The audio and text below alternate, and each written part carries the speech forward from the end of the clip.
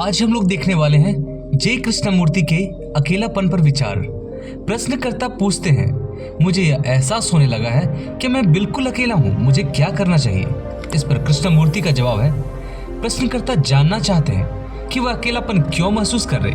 क्या आप जानते हैं कि अकेलेपन का तात्पर्य क्या है और क्या आपको उसका भान है?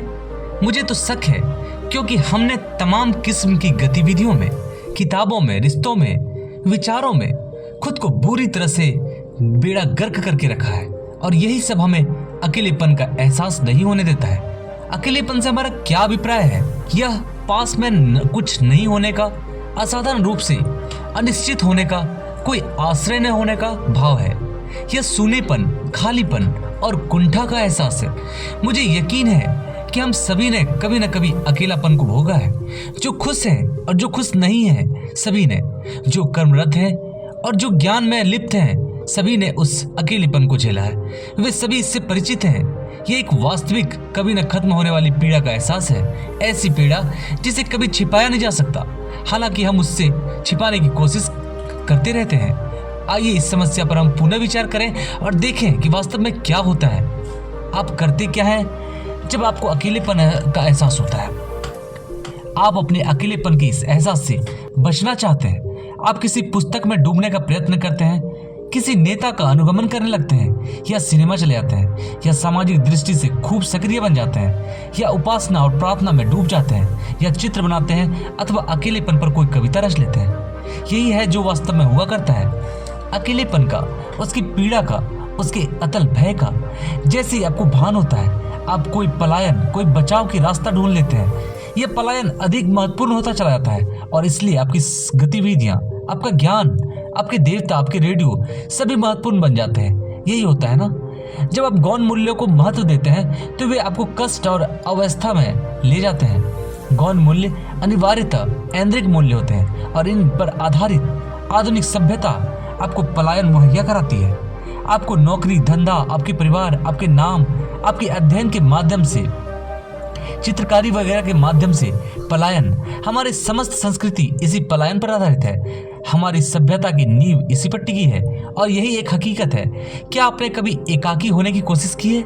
जब आप ऐसा करेंगे तब आपको महसूस होगा कि यह किसी कदर मुश्किल है और एकाकी होने के लिए कैसे हमें असाधारण रूप से प्रज्ञावान होना होता है, क्योंकि मन तो हमें एकाकी होने की देगा ही नहीं। मन बेचैन उठता है, वह पलायन में अपने को व्यस्त कर लेता है। इस तरह हम क्या कर रहे होते हैं? हम इस असाधारण खालीपन को ज्ञात से भरने का प्रयत्न कर रहे होते हैं। हमें पता लगा लेते हैं कि सक्रिय कैसे हुआ जाए, अध्ययन कैसे किया जाए, रेडियो कैसे बजाया जाए, कैसे सामाजिक हुआ जाए। हम उस स्थिति को जिसे हम नहीं जानते उन चीजों से भर रहे हैं जिन्हें हम जानते हैं। हम उस खालीपन को विभिन्न प्रकार के ज्ञान से, संबंधों से अथवा वस्तुओं से भरने का प्रयास करते हैं। क्या ऐसा नहीं है? यही हमारी प्रक्रिया है, यही हमारा अस्तित्व है। अब जबकि आप यह महसूस कर लेते हैं कि आप क्या कर रहे हैं, तो क्या आपको अब भी ऐसा लगता है कि आप उस सूनेपन को भर सकेंगे? अपने अकेलेपन के इस सूनेपन को भरने के लिए आपने हर तरीका आजमा लिया है। क्या आप उसे भरने में सफल हो पाए? आपने सिनेमा जाकर भी देख लिया, आप उसे न भर सके और इसलिए आप अपने गुरुओं के और अपने पुस्तकों के पीछे भागने लगते हैं, या आप सामाजिक दृष्टि से बड़े सक्रिय हो जाते हैं। क्या आपको सूनेपन को भरने में सफलता मिली है अथवा आपने उसे ढक दिया है? यदि आपने उसे केवल ढक दिया है तो वह सूनापन अब भी वहां है और इसलिए वह फिर लौट आएगा। यदि आप पलायन में पूर्णतया सफल हो जाते हैं तो आप किसी पागल खाने में बंद कर दिए जाते हैं या फिर आप बिल्कुल सुस्त जड़ हो जाते हैं। यही तो है जो दुनिया में हो रहा है। क्या इस खालीपन को, इस शून्य को भरा जा सकता है? यदि नहीं भरा जा सकता है तो क्या हम उससे दूर भाग पाते हैं? क्या हम उसे पलायन कर पाते हैं? यदि किसी एक पलायन का अनुभव हमने ले लिया है और उसके कारगर न होने का हमें पता चल गया है, तो क्या बाकी के तमाम पलायन भी बेकार नहीं हो जाते हैं?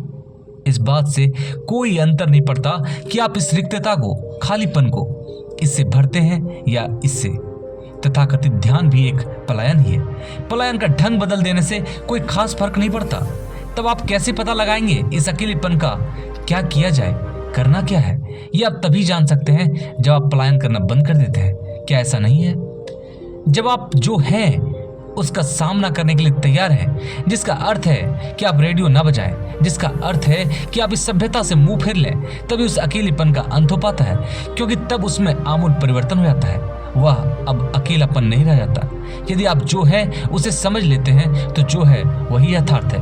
मन निरंतर जो है उससे बचने, दूर भागने, उसे देखने से इनकार करने में लगा रहता है।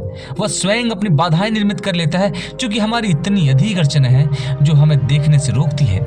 हम जो है उसे नहीं समझ पाते और इसलिए हम यथार्थ से दूर होते चले जाते हैं। इन सब बाधाओं को मन इसलिए उत्पन्न करता रहा है ताकि वह जो है उसे न देख सके।